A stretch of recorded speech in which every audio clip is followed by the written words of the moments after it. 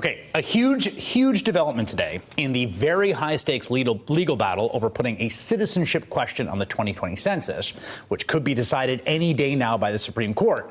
It's a question that experts say that's been pushed by the Trump administration would reduce the count of non-white people in this country, and as a result would hurt their political representation and diminish the power of states like Illinois and California, tipping the balance of power, structural power in Congress and state houses and all the way down towards whiter, more rural areas for a decade to come. Now, the Trump administration has insisted that that part of the effects of their citizenship question never even crossed their mind. No, you see, their aim, they say, was in fact the opposite. They wanted to protect non-white political power by enforcing the Voting Rights Act. So they needed this citizenship question on the census.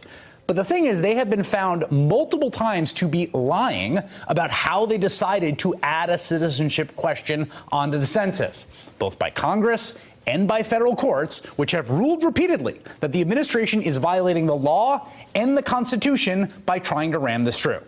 Today, we got smoking gun evidence of just how deep their lying about the origins of this question goes. And the evidence was found on the backup hard drives of a GOP operative named Tom Hofeller, who died last summer. Hofeller was the mastermind of Republican gerrymandering, pioneering a method of using demographic data and algorithms to engineer his party's dominance in the House and in state legislatures. After his death, Hofeller's estranged daughter found those hard drives, and they contained a study he conducted back in 2015 on the potential impact of a citizenship question on redistricting efforts in Texas. And lo and behold, according to a new court filing, Hofeller's study found that citizenship data, quote, would clearly be a disadvantage for Democrats and, here's the money quote, would be advantageous to Republicans and non-Hispanic whites. Documents found on those hard drives revealed that the Trump administration appeared to lift language and claims directly from that same 2015 study, that Hofeller himself ghost wrote a draft Justice Department memo justifying the citizenship question, and that he was the one who came up with the idea of using the Voting Rights Act as a pretext to get this question through. All this new information has now been filed with the Supreme Court, which will be ruling in a matter of weeks. For more on the man behind the citizenship question, today's crazy developments, I'm joined by Ari Berman, senior reporter for Mother Jones, author of Give Us the Ballot, The Modern Struggle for Voting Rights in America. So let's just start with the discovery before we get to who Hofeller is. The court's question that they have before them basically is, you guys want to put this question in the census that says, are you a citizen? And if you were doing it for proper reasons, you could probably do it. But we think you've been lying to us about why you're doing it. So what does this new information do to that court case?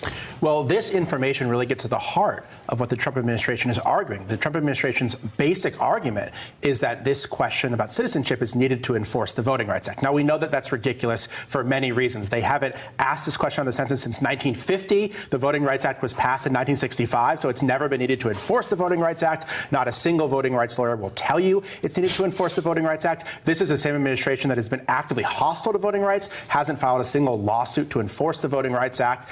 But then we have Tom Hofeller basically saying the citizenship question is going to hurt Latinos and other minority groups. But let's say that it'll help them to mask the real purpose of this question. So what they found is that this was the mastermind, the ghostwriter even, behind the letter the Department of Justice sent over to the Census Bureau through the Commerce Department being like, oh, we'd like to put this question on there. And we've also learned in the court filings that question was essentially a setup. It was an alley-oop that the Commerce Secretary Wilbur Ross asked them to send. For sure.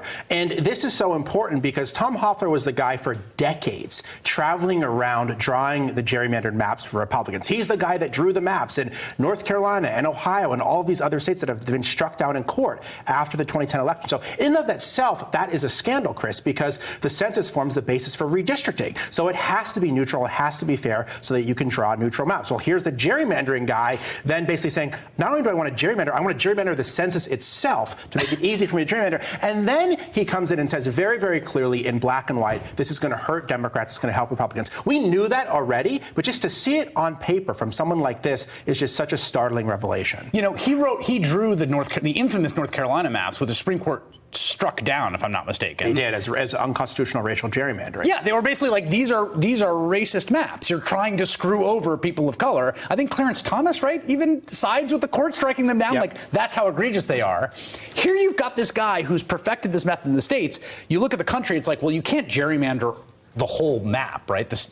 But one way you could do that is through the census. And that's why it's so important, because census data is used for redistricting. So if you gerrymander the census, if you rig the census... Garbage in, garbage out. If you screw up the data that's coming in, you already start with an advantage. Exactly. So if you gerrymander the census, you can gerrymander everything. If you rig the census, you can rig everything. And that's why it's so important. This is not just one other issue. This gets to the heart of American democracy. And if we corrupt the census, we're going to live with the ramifications for the next decade and beyond. I mean, you could look at a situation in which you have a significant undercount in which states like California, Illinois, New York, Texas, too, interestingly enough, will not just end up with an undercount, but they will get less federal money. I mean, there's billions of dollars, right, in federal money that's dispersed. $880 billion. You can see communities of color with less political representation, fewer members of Congress, but also fewer members of state houses, state senates. I mean, the whole thing. It's really huge. And that was already going to happen as a result of the citizenship question. There was already going to be an undercount of Latino and other minority groups. But Hoffler and others want to go beyond that. They want to say, OK, we're going to have an undercount. And then on top of that, we're going to draw districts based only on citizenship, which is going to further reduce the clout of Hispanics and other minority and immigrant groups so that we can draw as many districts as possible for white Republicans. It will make the gerrymandering we saw in 2010 look tame by comparison. This is now in front of the Supreme Court. I think it makes it harder for them to overrule the lower courts having this information in front of them. What do you think? Of course it makes it harder, but the question is, are we dealing with a good faith court or a court that wants to let the Republican Party rig elections for the next decade? That is the question that will be decided when they decide on this case. Ari Berman, thank you very Great much. to see you. Hey there, I'm Chris Hayes from MSNBC. Thanks for watching MSNBC on YouTube. If you want to keep up to date with the videos we're putting out, you can click subscribe just below me or click over on this list to see lots of other great videos.